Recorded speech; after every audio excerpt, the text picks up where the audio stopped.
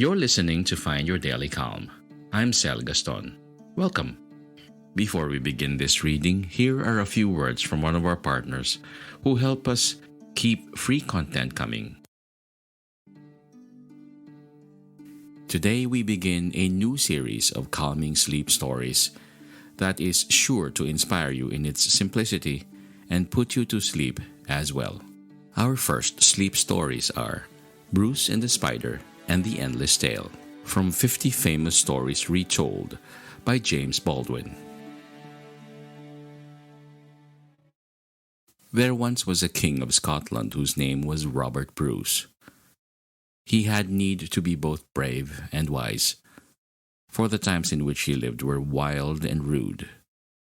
The King of England was at war with him, and had led a great army into Scotland to drive him out of the land. Battle after battle had been fought. 6 times had Bruce led his brave little army against his foes, and 6 times had his men been beaten and driven into flight. At last his army was scattered, and he was forced to hide himself in the woods and in lonely places among the mountains. One rainy day, Bruce lay on the ground under a rude shed, listening to the patter of the drops on the roof above him. He was tired and sick at heart, and ready to give up all hope. It seemed to him that there was no use for him to try to do anything more. As he lay thinking, he saw a spider over his head, making ready to weave her web. He watched her as she toiled slowly and with great care. 6 times she tried to throw her frail thread from one beam to another, and 6 times it fell short. "Poor thing," said Bruce. "You too know what it is to fail." But the spider did not lose hope with the 6th failure. With still more care, she made ready to try for the 7th time. Bruce almost forgot his own troubles as he watched her swing herself out upon the slender line. Would she fail again? No. The thread was carried safely to the beam and fastened there. "I too will try a 7th time," cried Bruce. He arose and called his men together. He told them of his plan and sent them out with messages of cheer to his disheartened people. Soon there was an army of brave Scotchmen around him. Another battle was fought, and the King of England was glad to go back into his own country. I have heard it said that after that day, no one by the name of Bruce would ever hurt a spider. The lesson which the little creature had taught the king was never forgotten.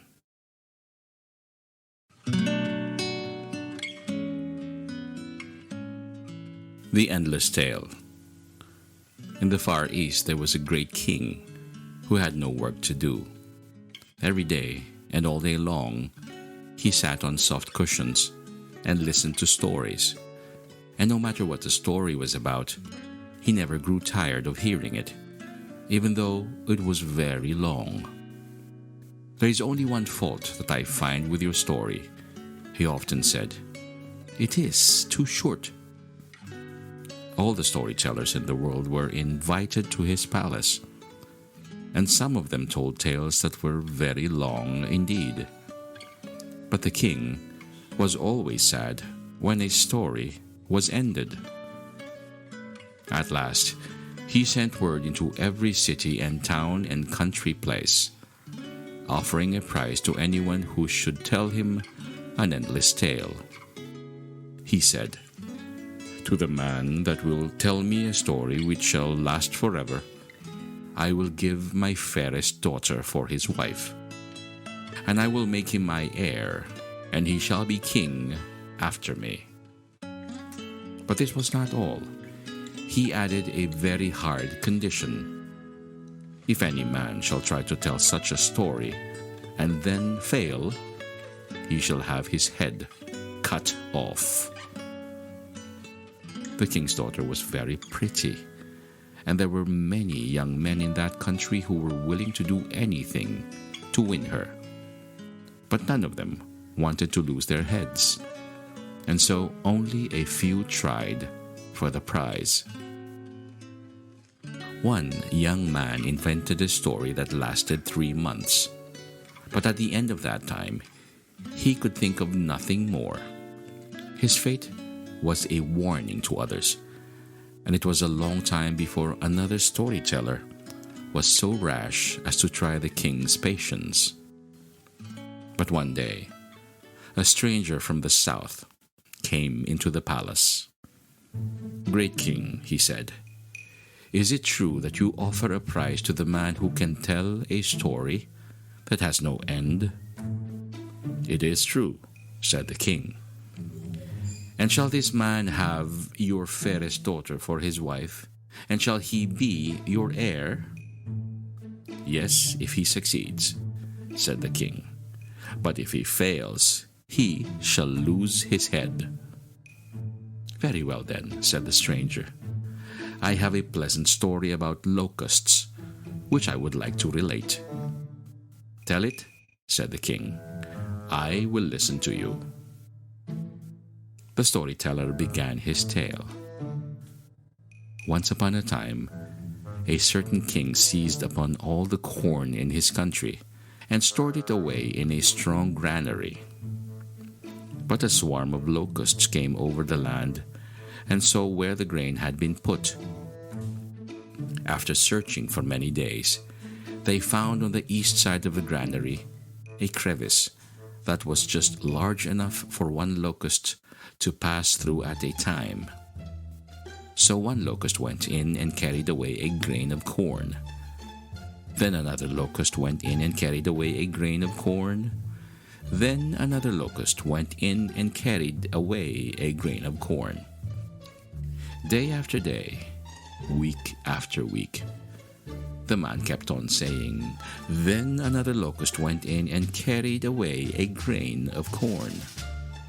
A month passed. A year passed. At the end of 2 years, the king said, "How much longer will the locusts be going in and carrying away corn?"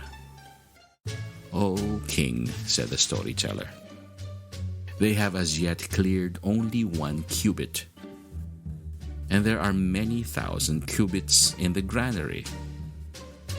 "Man, man," cried the king, "you will drive me mad. I can listen to it no longer.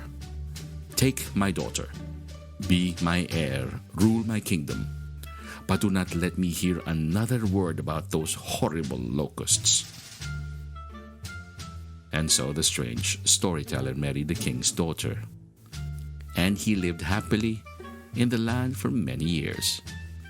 But his father-in-law, the king, did not care to listen to any more stories.